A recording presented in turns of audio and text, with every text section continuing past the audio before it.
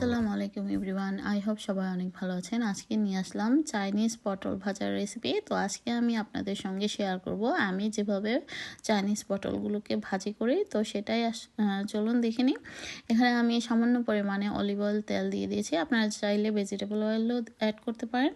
তো আর দিয়ে দিলাম বেশ কিছু পেঁয়াজ কুচি। তো পেঁয়াজ কুচিটাকে আমি তেলের সঙ্গে মোটামুটি যখন হাফ হয়ে আসবে সেই পর্যায়ে একটা ডিম অ্যাড করেছি। আপনারা চাইলে ডিমটা স্কিপ করতে পারেন, তবে ডিমটা দিলে এই চাইনিজ পটল ভাজাটার টেস্টটা আরও বেশি ভালো লাগে খেতে। তো ডিমটা দেওয়ার পর সামনে একটু পিঞ্চ আমি হলুদ গুঁড়ো দিয়ে দিয়েছি। তো আর লবণটা আমি একটু পরে দিচ্ছি। তো বুঝে আসলে আমার গাছের চাইনিজ পটল খুব বেশি হয়নি, তবে আমরা দুজন যেহেতু মানুষ, তো আমাদের দুজনের জন্য এনাফ। তো সেই অনুযায়ী আসলে চাইনিজ পটলগুলোকে ভাজা করে নিচ্ছি। তো পরিমাণ বুঝে আসলে লবণটা অ্যাড করতে হবে। অনেক সময় দেখা যায় আমরা প্রথমে লবণ অ্যাড করি, তখন আসলে অনেক সময় বেশি হয়ে যায়। তো সে বুঝে আসলে পরে বা লাস্টে অ্যাড করাই বেটার। যে অনেক সময় দেখবেন সবজিটা রান্না করতে করতে কমে আসে, তখন সেই পর্যায়ে লবণটা অ্যাড করাই ভালো আসলে।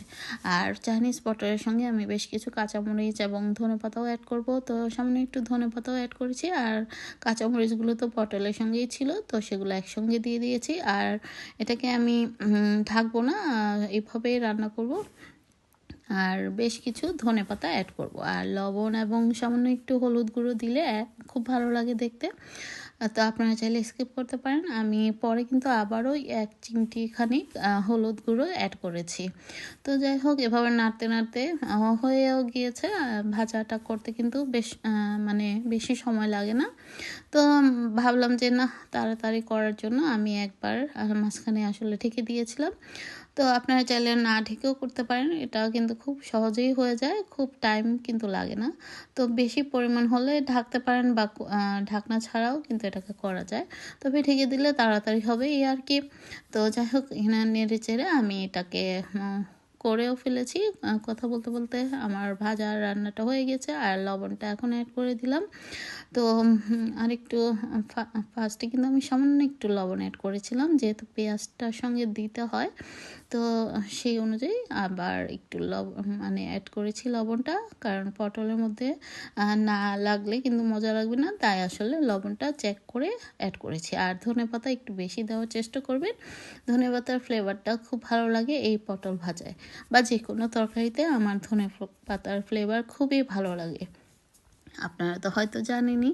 তো যাই হোক, আমার ভাজাটা কিন্তু হয়ে গেছে, আর এটা গরম ভাত দিয়ে খেতে খুবই সুস্বাদু লাগে। আপনারা চাইলে রুটি দিয়েও খেতে পারেন এই ভাজাটা।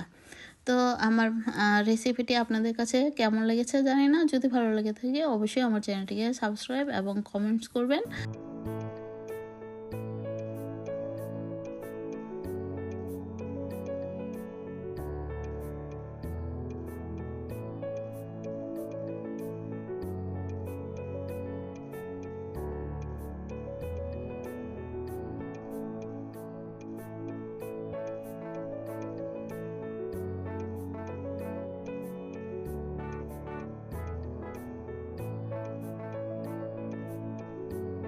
তো আজ এ পর্যন্তই। সবাই ভালো থাকবেন, আমাদের জন্য দোয়া করবেন, আর আপনাদের জন্য রইল অনেক দোয়া। আল্লাহ হাফেজ। Thank you for watching.